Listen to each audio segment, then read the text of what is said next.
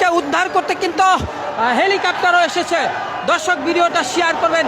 এই মুহূর্তে 2000-এর মতো সংযুক্ত আছেন।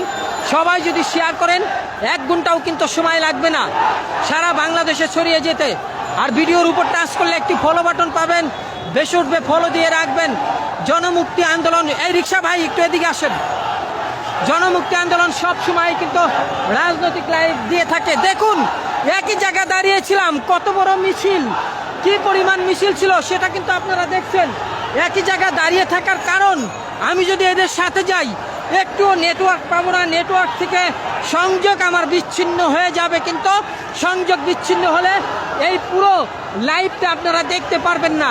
আর লাইভটা কিন্তু শেয়ার করে রাখবেন প্রোফাইলে, কারণ যখন মোবাইল ডাটা স্বাভাবিক হয়ে আসবে সারা বাংলাদেশের মানুষ দেখবে যে আজকে শাটডাউন যে ঘোষণা হয়েছে, এই শাটডাউনে জনগণের চাওয়া কি পাওয়া কি সেটা কিন্তু জানবে।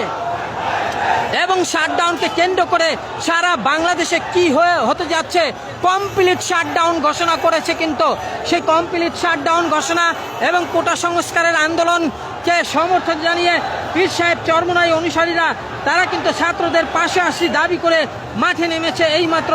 এখন ঘড়ির কাঁটা মিলিয়ে নিন 4টা 17 মিনিট বাজে। আজকে 18 জুলাই 2024। আপনারা দেখছেন সরাসরি পল্টন পরিস্থিতি। ভাই রিক্সাটা একটু এদিকে আনেন না। এই মুহূর্তে আপনারা দেখছেন, সরাসরি দেখছেন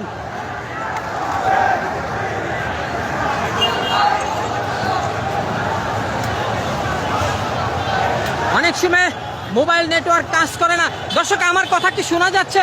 একটু লিখে জানান কে কোন জেলা থেকে দেখছেন, সেটাও জানাবেন। আমি কিন্তু আসি সরাসরি ইসলামী আন্দোলন পীর সাহেব চরমোনাই অনুসারীরা তারা কিন্তু এগিয়ে যাচ্ছে। তারা দাবি করছে রাজপথ ছাড়বো না, আছি থাকবো। দেখুন রাস্তার দুই পাশে সাধারণ জনগণ তাদেরকে বাহবা